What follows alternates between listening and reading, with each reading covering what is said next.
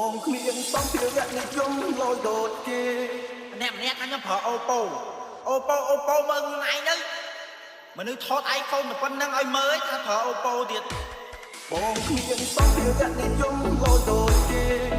គឺមានមេមិនអាចបន្តស្លោទៀតបានបងក៏ខ្លាចជាមេរំខាន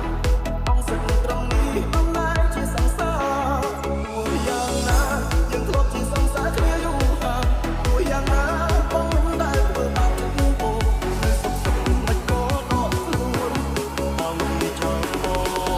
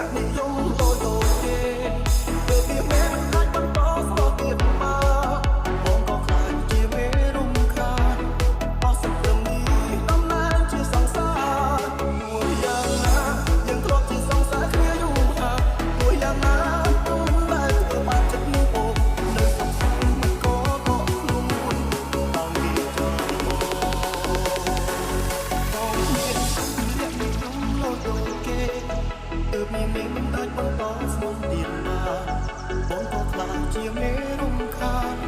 អស់សិទ្ធត្រង់នេះអំណាចជាសង្សារគួរយ៉ាងណាយើងធ្លាប់ជាសង្សារគ្នាយូរហើយគួរយ៉ាងណា